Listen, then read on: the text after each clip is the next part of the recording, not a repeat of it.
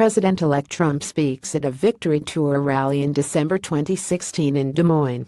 Steve PopeGetty images. We have learned that confirmation bias, extreme hostility to the mainstream media and refusal to admit one was conned, served to prevent President Trump's supporters from abandoning ship.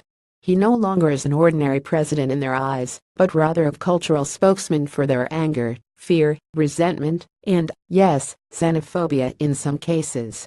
Many of his supporters do not expect him to deliver on promises, either because the great leader has decided otherwise, or because they blame other politicians. Some convince themselves that he has already improved their lives. But this doesn't mean that all supporters will stick with him indefinitely.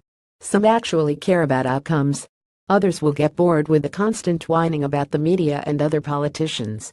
Some Republicans who thought they'd at least get something out of his presidency, e.g. tax cuts, will figure out that they aren't getting much of anything.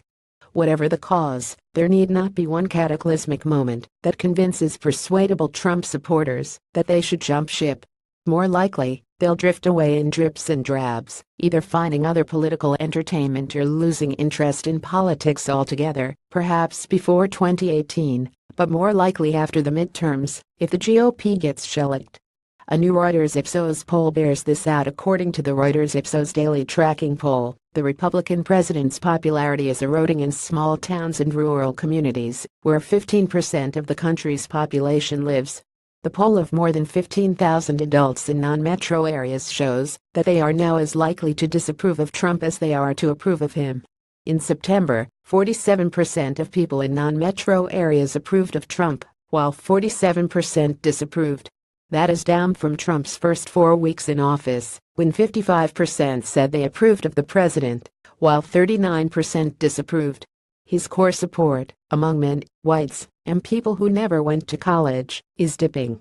His net approval minus disapproval on healthcare 24 points, the economy 10 points, national unity 13 points, and immigration 17 points have dropped precipitously since he was elected. That suggests the notion Trump voters are impervious to reality is overbroad and unfair. Sure, some cannot come to grips with their heartthrob's failures. But many others who might not follow every twist and turn in politics, or know the ins and outs of every policy issue, can sense things are not going as well as they hoped. The shift in numbers also tells us that despite the constant drumbeat in Trump's culture wars, Trump voters have not been entirely bamboozled by the president. A particularly telling sign is that the net percentage of people who approve of the way he treats people like me has dropped 12 points. Maybe the bullying act, which now extends to San Juan's mayor, virtually every member of Congress, Muslims, Hispanics, non-whites who oppose monuments glorifying the Confederacy, sports figures, immigrants of all types, his own attorney general, and, of course, the media, has begun to turn people off. After all, if he treats everyone else poorly and respects no one other than a general or two, what must he think of people who aren't part of the billionaire club? Rural voters aren't blind or dumb.